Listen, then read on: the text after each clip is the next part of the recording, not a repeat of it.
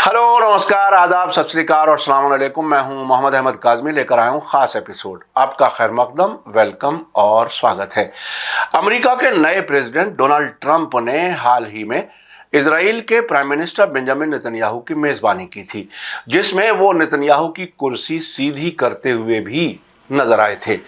इस पर हाल ही में मीडिया स्टार वर्ल्ड से बात करते हुए फिरोज मीठी बोरवाला ने कमेंट किया था कि शायद ट्रंप नेतन्याहू के चपरासी का रोल अदा कर रहे हैं। नेतन्याहू के अमेरिका दौरे के दौरान इन दोनों लीडर्स ने एक जॉइंट प्रेस कॉन्फ्रेंस की, जिसमें ट्रंप ने गाजा को अपने कंट्रोल में लेने और वहां फ्रांस जैसा रिविएरा बनाने की बात करने के अलावा ईरान के बारे में भी कुछ अहम बातें की थी। इस सिलसिले में ईरान रेडियो हिंदी के सीनियर जर्नलिस्ट अहमद अब्बास ने मिडिल ईस्ट मामलों के जाने माने एक्सपर्ट सौरभ कुमार शाही के साथ एक अहम इंटरव्यू किया है, जो उनके यूट्यूब चैनल पर मौजूद है। अहमद अब्बास ने मीडिया स्टार वर्ल्ड को ये इजाजत दी है कि हम उनका वीडियो अपने चैनल के जरिए ज्यादा से ज्यादा लोगों तक पहुंचा सकते हैं। इस इंटरव्यू के दौरान सौरभ कुमार शाही ने ट्रंप को एक नॉर्मल पढ़ा लिखा सियासतदान नहीं माना, बल्कि उनकी मिसाल एक ऐसे जुआरी की दी है जो बहुत बड़ी बात कहकर सौदेबाजी करके आम हालात से कहीं ज्यादा फायदा उठाने की कोशिश करता है। यह इंटरव्यू बहुत ही अहम है, इसलिए आखिर तक जरूर देखें। अगर आपने अभी तक media star world YouTube channel subscribe नहीं किया है तो सब्सक्राइब कर लें और घंटी दबाना ना भूलें, ताकि हमारी हर नई वीडियो का नोटिफिकेशन आप तक पहुंच सके। आइए देखें सौरभ कुमार शाही का ईरान रेडियो हिंदी के साथ इंटरव्यू। दोस्तों, रूबरू में आप सभी का एक बार स्वागत है। आज हमारी गुफ्तगू का विषय है अमेरिकन राष्ट्रपति डोनाल्ड ट्रंप की प्रेस कॉन्फ्रेंस, जिसमें उन्होंने कई अहम मुद्दों पर बात की है। और ये press conference Israeli prime minister Netanyahu के साथ उनकी थी। और इस प्रेस कॉन्फ्रेंस में जो बातें डोनाल्ड ट्रंप ने की हैं, उसके अलावा जो उन्होंने कुछ कदम उठाए हैं जैसे ईरान से रिलेटेड, हम उसके बारे में बात करेंगे, चूँकि ख़ास अहमियत रखते हैं हमारे लिए। इसके अलावा गज़ा और फ़िलिस्तीन के बारे में और ओवरऑल वेस्ट एशिया के बारे में जो बातें डोनाल्ड ट्रंप ने इस प्रेस कॉन्फ्रेंस के दौरान कही हैं, वो बहुत ज़्यादा अहम हैं। उन पर रिएक्शन आए हैं कई देशों की तरफ से और उसके अलावा कई लीडर्स की तरफ से, कई नेताओं की तरफ से। प्रोग्राम में हमारा साथ देंगे दिल्ली से सौरभ कुमार शाही साहब, जो कि इस तरह के विषयों पर एक गहरी पकड़ रखते हैं, एक अच्छी तस्वीर पेश करते हैं। अच्छी तस्वीर यानी जो हकीकत से जुड़ी हुई तस्वीर है। शाही साहब, आपका बहुत बहुत स्वागत है। वालेकुम सलाम। शाही साहब, हम यहाँ से शुरू करते हैं कि डोनाल्ड ट्रंप की जो बातें इस प्रेस कॉन्फ्रेंस के दौरान आई हैं, वो एक अजीब सी तस्वीर ये पेश करती हैं कि एक तरफ डोनाल्ड ट्रंप का बड़ा इत्मीनान नज़र आता है कि वो जो कुछ भी करने जा रहे हैं, ऐसा लगता है कि उसके नतीजे की तरफ से वो पूरी तरह से मुतमईन है, चाहे वो ईरान की बात हो, चाहे गज़ा की बात हो। और जबकि उनकी बातों पर जो रिएक्शंस आए हैं, सऊदी अरब का रिएक्शन, इजिप्ट का रिएक्शन या जॉर्डन का रिएक्शन, या ईरान की तरफ से ईरान के विदेश मंत्री ने एक बयान दिया है जो उन्होंने मैक्सिमम प्रेशर का कदम उठाया है ईरान के सिलसिले में, वो रिएक्शन बिल्कुल अलग इशारा करते हैं, अलग बात करते हैं। मैं आपका एक इम्प्रेशन जानना चाह रहा हूँ इस प्रेस कॉन्फ्रेंस के बारे में। देखिए, हर आदमी को ये चाहिए कि ट्रंप के किसी भी वक्तव्य को, उसके किसी भी रिएक्शन को समझने से पहले हमें ये हमेशा याद रखना चाहिए कि ट्रंप को हम एक इंटेलेक्चुअल की बात हम जिस तरीके से समझते हैं, दानिश्वर कोई है उसकी बात को जिस तरीके से लेते हैं, हमें उस तरह से ट्रंप के बातों को अप्रोच नहीं करना। मेरा ये अपना ख्याल है। हमें उसकी बातों को उसी तरह से अप्रोच करना चाहिए जिस तरह से किसी जुआ घर में किसी जुआरी के बात को आप अप्रोच करते हैं। तो जुआ घर में जुआरी क्या करता है? जुआ घर में जुआरी ये करता है कि वो स्टेक को बढ़ाता है, यानी वो पहले आपको बड़ी कोई ऐसी चीज बताएगा, ऐसा बड़ा अमाउंट बोलेगा जिसको देख के आप जो है वो सख्ते में आ जाए, और उसके बाद वो निगोशिएट करता है, कोशिश ये करता है कि उसके नीचे कहीं पे जाके मामला सेटल हो जाए। तो ट्रंप को जब तक हम दानिश्वर की तरह से देखते रहेंगे तो जो एक एग्जिस्टिंग नॉर्म है, जो एग्जिस्टिंग तरीकेकार है जिससे हम अप्रोच करते हैं इंटरनेशनल रिलेशन को, उसको नहीं समझ पाएंगे। जैसे ही हम उसको एक जुआरी की नजर से देखेंगे तो हम उसके अप्रोच को समझ जाएंगे। अगर आप इस प्रेस कॉन्फ्रेंस को देखें तो जो कॉन्फिडेंस, जिस कॉन्फिडेंस से वो बातें कर रहे हैं, पहले तो अव्वल लोगों को ये समझना चाहिए कि जब मिलिटरीली आप गजा पे विक्ट्री अचीव नहीं कर पाए तो नॉन मिलिटरीली आप क्या अचीव, डिप्लोमेटिकली क्या वो चीज अचीव कर पाएंगे। कहने का मतलब है कि आप कह रहे हैं कि गाजा खाली कर दो, जो लोग बम धमाके और उसके दरमियान में नहीं निकले वो क्या डिप्लोमेटिक प्रेशर में निकलेंगे? अव्वल तो ये वो हमास जिसकी वहां पूरी टनलिंग सिस्टम है, जिसका पूरा एक मिलिट्री इकोसिस्टम वहां पे है, जो इतने बम मारने के बावजूद, इतने तमाम उस चीजों के बावजूद अगर वहां से नहीं निकला तो क्या वो डिप्लोमेटिक इनिशिएटिव से निकली? लेकिन हाँ, जो मुझे इसमें अभी तक खेल नजर आ रहा है वो ये नजर आ रहा है कि अगेन वही कि आप एक ऊंचा एक स्टेक करते हैं, उसके बाद क्या होता है कि उस नीचे के किसी पॉइंट पे सेटलमेंट होती है जो नॉर्मली सेटल नहीं होता। जो यहाँ के जो सूरत हाल है उससे मुझे लग रहा है कि ये बेसिकली सऊदी अरब को प्रेशराइज करने के लिए ये किया गया है। प्रेशराइज कर लें या ऐसा कह दें कि उनको एक मौका दिया गया है। अब अगर हमारे दर्शकों को याद हो कि यही चीज बिल्कुल यूनाइटेड अरब अमीरात के साथ उन्होंने पिछले बार की थी, जब यूनाइटेड अमीरात ने बहाना बनाया था कि अगर हम इजराइल के साथ अपने संबंध जो है नॉर्मलाइज नहीं करते तो इजराइल वेस्ट बैंक पे कब्जा कर ले। इस बहाने को लेके उसको जो अपना करना था उसने कर लिया। हालांकि उसके बाद से आपने जो उनकी दोस्ती देखी है उसमें कहीं ऐसा नहीं लग रहा कि इसमें कोई मजबूरी वाली ये बात है, ऐसा लग रहा है कि ये बड़ा मतलब खुल के ये दोस्ताना रवैया थे। तो अब इसमें मुझे ऐसा, मेरा अपना असेसमेंट ये है कि सऊदी अरब बेसिकली अब ये करेगा कि नॉर्मलाइज करने की कोशिश करेगा और साथ में बोलेगा देखो हम नहीं करते तो गजा का एथनिक क्लिनजिंग हो जाता। ये बहाना उसको दे रहा है। जहां तक सऊदी रद्द अमल का सवाल है तो चाहे वो 1 तारीख को कायरो में जो मीटिंग हुई थी अरब ममालिक की, सुन्नी अरब ममालिक की, उसमें जो एक उन्होंने इसको वेहमेंटली डिनाई किया और अभी भी प्रेस कॉन्फ्रेंस के बाद उन्होंने एक अपना रद्द अमल जो है वो जारी किया जिसमें उन्होंने इसको डिनाई किया है। लेकिन जब ट्रंप से डायरेक्ट पूछा गया कि क्या सऊदी अरब ने आपके सामने ऐसी कोई शर्त रखी है कि बिना फिलिस्तीन एज अ सेपरेट मुल्क, एज अ इंडिपेंडेंट मुल्क बिना पैलेस्टाइन के वो नॉर्मलाइज करने को तैयार है, तो ट्रंप ने 2 टूक में कहा कि ऐसी कोई भी शर्त उन्होंने नहीं। तो इससे एक सऊदी डुप्लिसिटी का पता चलता है कि चाहे वो सऊदी हो, चाहे वो यूएई हो, चाहे उस तरह के जो भी ममालिक हो, जो सामने में कुछ और बोलते हैं पीछे कुछ और। तो मुझे लगता है कि गैम्बिट यहाँ पे ये है, जो उन्होंने टारगेट्स रखे हैं वो नहीं अचीव होंगे, ये मुझे लगता है कि उन्हें भी पता है। तो यानी इसका आउटकम सिर्फ ये होगा कि जो ट्रंप बयानबाजी कर रहे हैं, असेसमेंट जैसे अगर जो आपका है उसकी बेस पे अगर बात करें कि इजराइल नॉर्मलाइज कर ले जाएगा सऊदी अरब के साथ और सऊदी अरब को एक बहाना मिल जाएगा और एक जस्टिफिकेशन मिल जाएगा इजराइल से संबंध कायम करने के लिए। जी, कवायद तो यही है। अब सऊदी इस पे कितना आगे बढ़ना चाहता है, देखें एक चीज तो समझें कि Israel as a pariah country, as a पराया कंट्री, एज ए जो जिसको कहते हैं जिससे सब दूरी बनाना चाहते हैं, उसकी वो स्टेटस अभी गजा जेनोसाइड के बाद हो चुकी है। और ये स्टेटस सिर्फ अरब या जो मुस्लिम ममालिक है उसमें ही नहीं है, गैर मुस्लिम ममालिक में भी उसकी वही स्थिति अभी बन रही है। अभी हम लोगों ने देखा एक हेग ग्रुप फॉर्म हुआ है जो ये जो जंग को लेके जो जिस तरह की चीजें हुई या उसको लेके आईसीसी में और आईसीजे में जो साउथ अफ्रीका ने अप्रोच आईसीजे में किया था, उसके साथ कुछ और ममालिक आए। आप उसमें देख सकते हैं कि उसमें हार्डली कोई मुस्लिम ममालिक है, वो सारे के सारे गैर मुस्लिम कंट्री,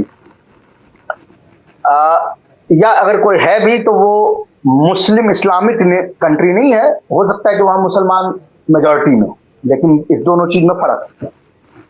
इसके अलावा आप अगर देखें तो दुनिया के तमाम मुल्क जो नॉन मुस्लिम मुल्क हैं, इनफैक्ट वो भी इस बात पे एक दूसरे के साथ ताउन कर रहे हैं कि अगर कोई इजरायली वहां पे पाया जाता है जो जिसने गजा में जेनोसाइड में पार्टिसिपेट किया है, तो उसको प्रोसिक्यूट किया जाए। और आपने तमाम खबरें सुनी होंगी ब्राजील से लेके श्रीलंका तक, जहां पर इन सैनिकों को भागना पड़ा है छोड़, ठीक है।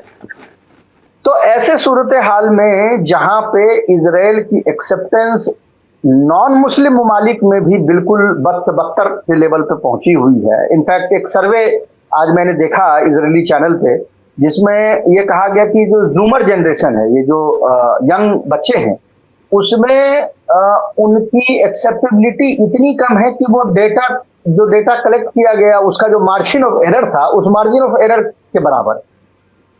तो क्या सऊदी अरब जो अपने आप को सुन्नी पॉपुलेशन का हुक्मरान समझता है पूरी दुनिया में, उसको उसका रिप्रेजेंटेटिव समझता है, इस बिना पे कि हरमैन शरीफ जो है वो वहां पे है, तो क्या ऐसे सूरत हाल में वो ये धब्बा अपने ऊपर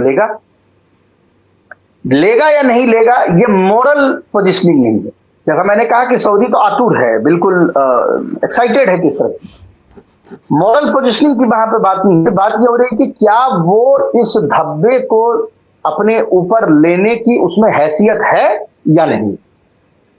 एक तो ये, दूसरी ये कि अगर इतना बड़ा गद्दारी फिलिस्तीनी कौम के साथ होती है, तो मोहम्मद बिन सुल्तान के जहन में ये भी बात होगी कि कहीं उनकी जो स्थिति है वो ना हो जाए जो अनवर सद्दात की स्थिति हुई थी इजिप्ट।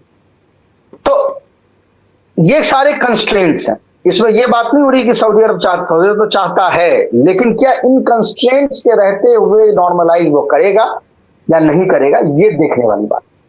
शाही साहब, एक बात यहाँ पे ये भी करते हैं कि क्या सऊदी अरब के पास नॉर्मलाइज करने के अलावा ऐसा रास्ता है कि जिसमें वो अमेरिका के प्रेशर को फेस कर सके, इजराइल के प्रेशर को फेस कर सके? देखिए, अगर चाहे तो बिल्कुल फेस कर सकता है, क्योंकि अमेरिका की जितनी डिपेंडेंसी आज के दिन में सऊदी अरब पे है, उतनी डिपेंडेंसी सऊदी अरब की अमेरिका पे नहीं। सऊदी अरब के पास बहुत लिवरेज है अमेरिका के अगेंस्ट में। हमें ये नहीं भूलना चाहिए कि इसी ट्रंप एडमिनिस्ट्रेशन के जमाने में जब MBS ने जमाल खाशोग्जी का कत्ल करवाया था और बाइडेन ने ये कहा था कि हम सत्ता में आते ही हम उसको देख लेंगे और दिखा देंगे और फलाना कर देंगे, ढिमकाना कर देंगे, वो कुछ करने की स्थिति में नहीं। वो इसलिए नहीं है कि वो कोई उनको एक भाईचारा नजर आने लगा। वो इसलिए है क्योंकि सऊदी अरब के पास ग्लोबल ऑयल मार्केट को डिस्टर्ब करने की पावर है, और अमेरिका नहीं चाहता कि ऑयल मार्केट ऐसा डिस्टर्ब हो कि उनके अपने जो शहरी हैं अमेरिका के, उनको इन्फ्लेशन की मार जो है वो झेलनी पड़े। तो ऐसा नहीं है कि सऊदी अरब के पास वेयर विटल नहीं। बात है कि क्या आप गुड फेथ में ये कर रहे हैं या नहीं कर रहे हैं। तो मुझे लगता है कि MBS इस तरह का कोई काम गुड फेथ में नहीं करते हैं, लेकिन इसीलिए इस चीज को ये और अनफॉर्चुनेट है। मतलब मैं समझ सकता हूं कि कोई ऐसा ममालिक जो किसी पे दूसरे देश पे डिपेंडेंट इतना ज्यादा हो कि वो प्रेशर ना झेल पाए और वो ये कदम उठाता है, तो मेरी उसके प्रति सहानुभूति हो सकती है।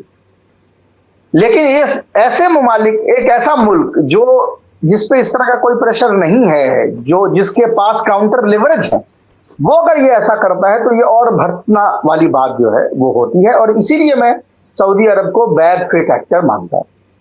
शाही साहब, आपने बहुत अच्छे अंदाज में ट्रंप की पर्सनैलिटी को समझाया, और ये कि उनके बात का तरीक़ा, उनके बयान का तरीक़ा और किस तरह से वो अपना स्टैंड लेते हैं, वो एक गैम्बलर की तरह से काम करते हैं। लेकिन कहीं ना कहीं जॉर्डन और इजिप्ट दोनों ही में ये देखने में आया कि वो एक मुश्किल पोजीशन में नज़र आए, और दोनों ने फ़ौरन इस पे बयान दिया। दोनों की स्थिति आप क्या देखते हैं, चूँकि ये दोनों तो डिपेंडेंट हैं काफ़ी हद तक अमेरिकन एड पर, और अमेरिका का प्रेशर काफ़ी दोनों मुल्कों पे है। जी, तो थोड़ा सा फर्क दोनों मुल्कों की, दोनों मौलिक स्थिति में थोड़ा फर्क है, तो इंडिविजुअली इसको डील करते हैं। तो पहले जॉर्डन की बात की जाए, जी तो अगर जी आप उर्दून का देखें तो उर्दून ने ये जो डबल गेम 1973 से एक तरीके से उसने खेला है, जिसमें आप दो नावों पे सवार होके वो कोशिश करते हैं दरिया को क्रॉस करने की, वो मुझे लगता है कि वो मोमेंट ऑफ ट्रूथ जो है अब उसका आ गया है कि भाई इससे आगे अब आप इसकी ये काम नहीं कर सकते। जिस तरह का कोलैबोरेशन उर्दून हुकूमत की रही है CIA के साथ या मोसाद के साथ या तमाम जो सिक्योरिटी ऑर्गेनाइजेशंस हैं इजराइल और अमेरिका के, उसके साथ या जनरल इनफैक्ट ब्रिटेन के साथ भी, MI6 के साथ, वो अभी तक तो चल गया। बट अब मसला ये है कि अब आपको वही मोमेंट ऑफ ट्रुथ है कि आपको डिसीजन ले। अगर तो आप अग्री करते हैं कि आधे फिलिस्तीनी भी आपके यहाँ जाए, तो आपको पता ही होगा कि उर्दून में फिलिस्तीनियों की संख्या ऐसे भी 70% से ऊपर है। जी जी कुछ लोग तो 80 तक कहते हैं। इसके अलावा जो 20% है वो ईस्ट बैंकर्स हैं। हालांकि हम सब जानते हैं, यहाँ हमारे जो दर्शक हैं सब जाहिल लोग हैं, किसी से ये बात को छुपी नहीं है कि उर्दून वगैरह तो ये सब तो एक फेक कंट्री है, कृत्रिम मुल्क है, इसका कोई हिस्टोरिकल एग्जिस्टेंस है नहीं। तो कहने के लिए तो वो तो ईस्ट बैंक वाले भी जो है वो भी फिलिस्तीनी हैं कहने के लिए। तो उर्दून पूरा का पूरा उर्दून फिलिस्तीन है, बहुत सीधा सा बात है। उसका कुछ हिस्सा हो सकता है लेबनान का हो, कुछ हिस्सा हो सकता है कि सीरिया का हो, पर मोटा मोटी को फिलिस्तीन। अब ऐसे सूरत हाल में अगर ईस्ट बैंकर्स की एक अपनी आइडेंटिटी उन्होंने 100 साल में बनाई है कि ये उर्दून के नागरिक हैं, ठीक है नहीं, पर चले एक बहस के लिए मान लेते हैं नागरिक हैं, तो ऐसे सूरत हाल में क्या वो चाहेंगे कि ये जो 80% फिलिस्तीनी है वो 90 और 95% पॉपुलेशन का हो जाए? नहीं चाहेंगे, क्योंकि वहां पर भी फिर जो ट्राइबल्स है उसको उनका बहुत ज्यादा प्रेशर हुकूमत पे है। और हुकूमत की स्थिति ऐसे भी उर्दू में बहुत बदतर स्थिति में है, वो बिल्कुल इस हाशिए पे है कि वो कभी भी किसी वक्त भी एक रिवॉल्यूशन टाइप की चीज हो सकती। हमने पूरे इस 15 महीने के कत्लेआम में देखा कि कई दफे उर्दून के नागरिक जो फिलिस्तीनी नहीं थे, फिलिस्तीनी मूल के नहीं है, हालांकि मैं फिर भी कहता हूं मेरे लिए सारे फिलिस्तीनी हैं, लेकिन जो ईस्ट बैंकर्स जिसको आप कहते हैं उस मूल के लोगों ने जाके वहां पे अंजाम दिए, अटैक्स जो है अंजाम दिए। यानी जो फिलिस्तीनी तो फिलिस्तीनी, ईस्ट बैंकर्स में भी इसको लेके एक गम गुस्सा जो है वो देखने को मिल रहा है। तो उसकी ये स्थिति नहीं है, वहां पे तख्ता पलट होने के चांसेस। इससे जरा भी फर्क इनफैक्ट वो आपको इजिप्ट का भी नहीं है। इजिप्ट में इस तरह की डिक्टेटरशिप है कि कोई भी प्रोटेस्ट, किसी तरह की प्रोटेस्ट वहां अलाउ नहीं।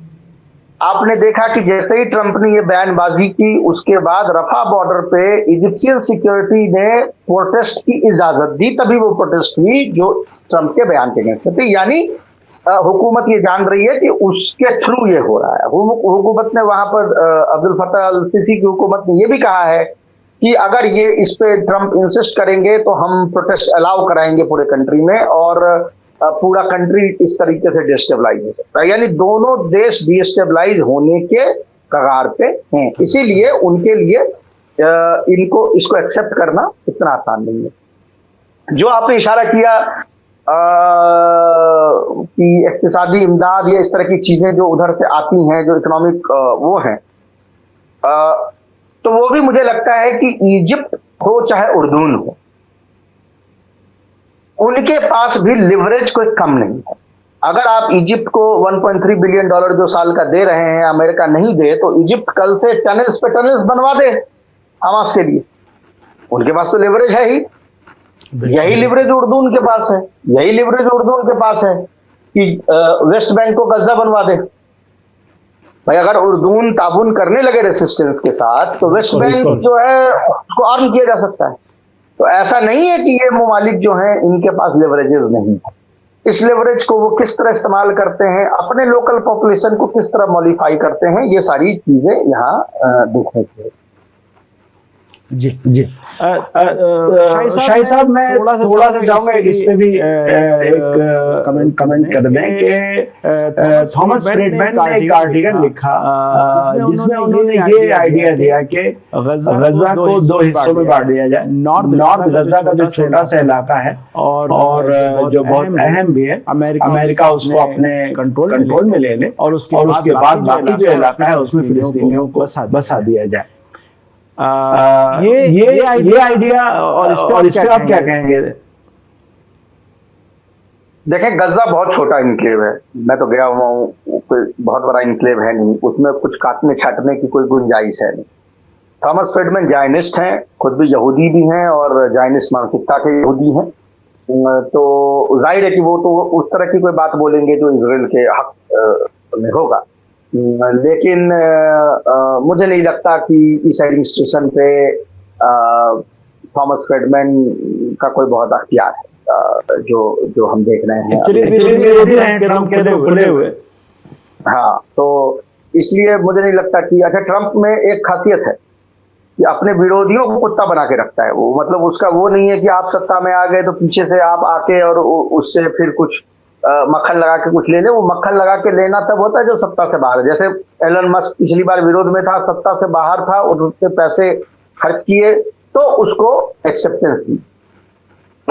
लेकिन सत्ता में एक बार जब आ गए हैं और उसके बाद आप आएंगे तो वो आपको जैसे मतलब आपको गिड़गिड़ाने की सूरत में वो आपको ला देगा पब्लिकली और उसके बाद ही वो आपको एक्सेप्ट करेगा। तो ये चीज वहां पे देखने को मिलेगी। तो मुझे नहीं लगता कि हमास भी चाहेगा कि वो या कोई भी रेजिस्टेंस की जो मिलिट्री और विंग्स हैं वो नॉर्दर्न गजा को खाली करना चाहेंगे, क्योंकि वो अपना लेवरेज क्यों छोड़ेंगे। शाही साहब, बात करते हैं अब ईरान की। ईरान पे हम थोड़ा सा डिटेल में बात करना चाहेंगे। ट्रंप की जो अप्रोच है उसमें उन्होंने एक तो ये जाहिर करने की कोशिश की कि हमें ईरानियन से बड़ा लगाव है और मेरे एक्चुअली बहुत से ईरानी ओरिजिन के मेरे दोस्त हैं और मैं चाहता हूं कि ईरान तरक्की करे। और ये यहाँ तक कि जो उन्होंने मैक्सिमम प्रेशर का जो एग्जीक्यूटिव ऑर्डर साइन किया और उसके बारे में कहा कि मुझे भी हिचकिचाहट हो रही थी ऐसा करने में, लेकिन बहुत सारे लोग चूँकि कह रहे थे तो मैंने सिग्नेचर कर दिया। उसके साथ साथ फिर उन्होंने धमकी भी दी कि अगर ईरान एटम बम की तरफ जाता है। खैर, हम मरहला बमरहला आते हैं। पहले इसकी तरफ की जो ट्रंप ने ये मोहब्बत दिखाई है ईरान और ईरानियों के सिलसिले में, इस पे आपका तबसरा चाहूँगा। ये जो जिन ईरानियों की बात हो रही, जो उनके दोस्त हैं, वो कौन ईरानी? ये वो ईरानी हैं जो लॉस एंजलिस में बसे हुए हैं, जिनको वतन फरोश ईरानी कहा जा सकता है, या जो वहाँ के जो पिछले राजा थे उनकी जो कुछ तंजीमें हैं उसका हिस्सा हैं, या जो मुजाहिदीन खलक है उसका हिस्सा हैं, या इस तरह के जो और ऑर्गेनाइजेशंस हैं जो ईरान का जो अभी का मयार है या ईरान का जो अभी का एक सिस्टम है उससे जो एक जिनको या कह सकते हैं कि एक बुग्ज है, या कह सकते हैं कि उनका विरोध मुखालिफत करते हैं, उनसे उठना बैठना। तो मैं तो अव्वल उस जो 3 जनरेशन से जिसका ईरान से कोई लेना देना ना हो, जो अमेरिका में बैठा हुआ हो, उसको तो मैं ईरानी मानता ही नहीं।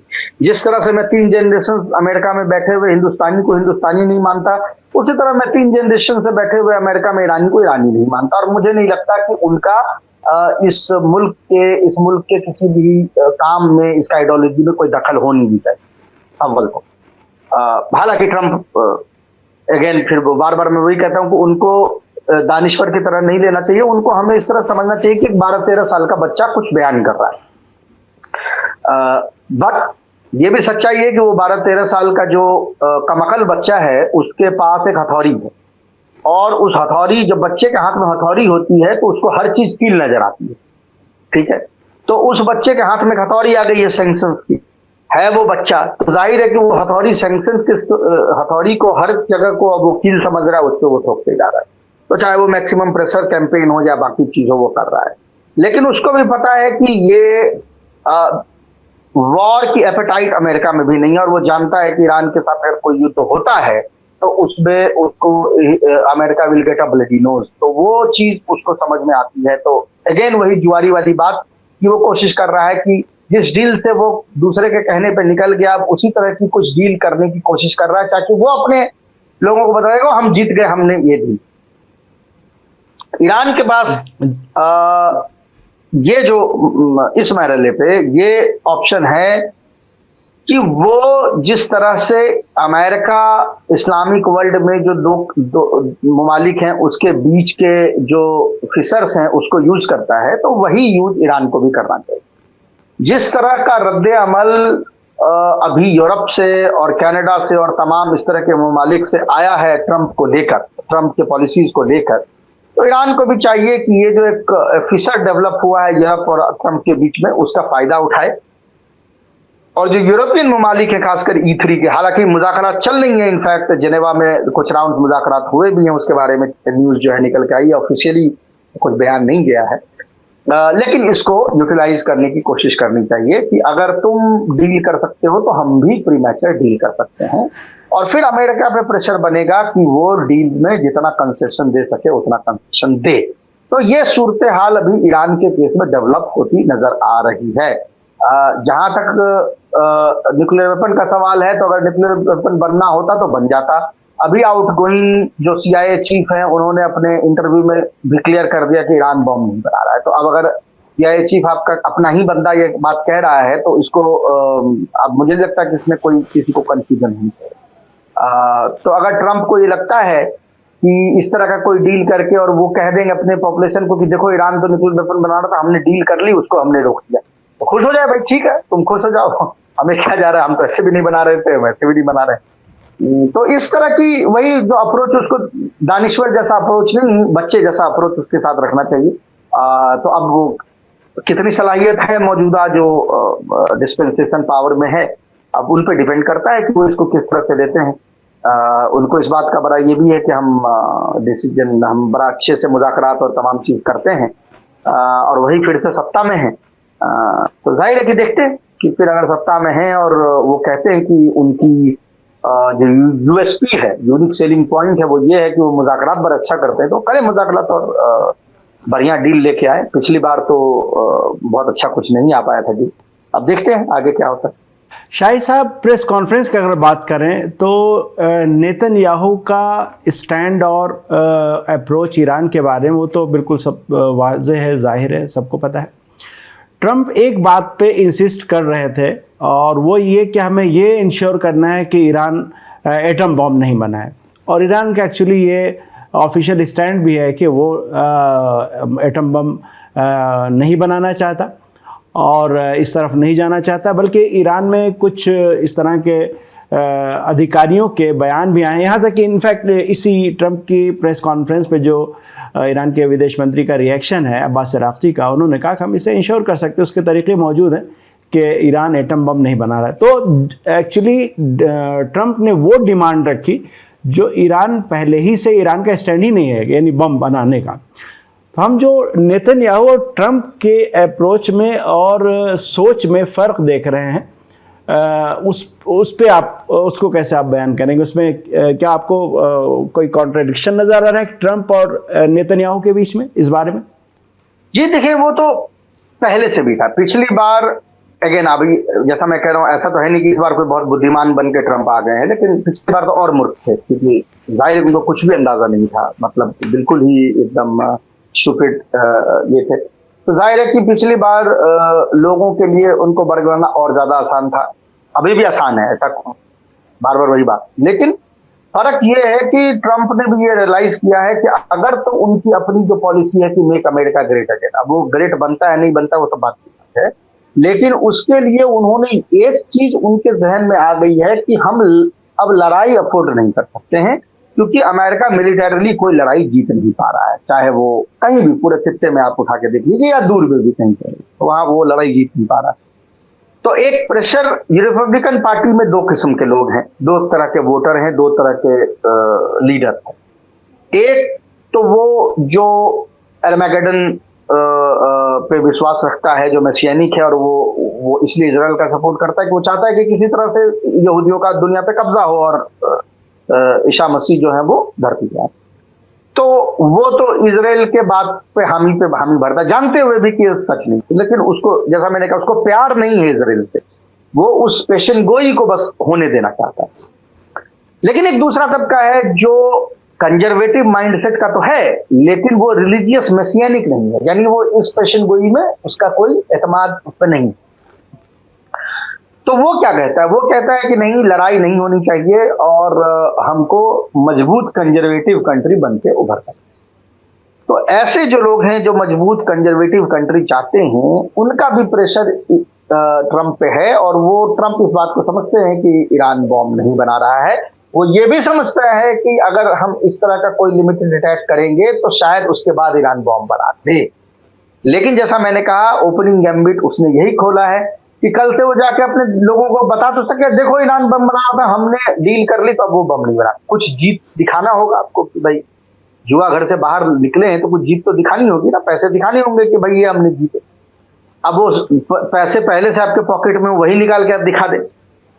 तो वही यहाँ पे सूरत हाल जो है वो इसमें इंगेजमेंट में नजर आ रही है। शाहिद साहब, आपने ईरान को देखा कि अमेरिका के मैक्सिमम प्रेशर को फेस करने के लिए ईरान ने शुरू ही से रास्ते अपने निकाले, और हमने कुछ बड़े डेवलपमेंट्स देखे, जैसे शंघाई के दायरे पर या उसकी सतह पर या ब्रिक्स की सतह पर पड़ोसी देशों के साथ जहाँ तक व्यापार की बात है, रिश्तों को बढ़ाने की बात है, ईरान ने इस दिशा में मेहनत की है, काम किया है और सफलताएं मिली हैं। आपको क्या ऑप्शंस नज़र आते हैं इस दौर में? ट्रंप का ये जो टर्म है, इसमें अगर वो प्रेशर, मैक्सिमम प्रेशर की तरफ जाते हैं तो? देखें, एक वॉर इकोनॉमी का प्रिपरेशन तो ईरान बहुत सालों से कर रहा है, तो ऐसा तो है नहीं कोई नई चीज है, ऐसा है नहीं कि उसको ये पता नहीं है कि इस तरह से। और कम से कम साल भर से तो सबको पता था कि ट्रंप वापस आ रहा है। जो भी एनालिस्ट हैं, ये भी हैं। पिछली बार भी मैं जब ईरान गया था, जिनसे भी मेरी बात हो रही थी मिनिस्ट्री में, सब लोग का ये अंदाजा था कि, तो कोई आश्चर्य नहीं, इस तरह रिजल्ट पे किसी को आश्चर्य नहीं हुआ है। तो जाहिर उस तरह की तैयारी की गई होगी।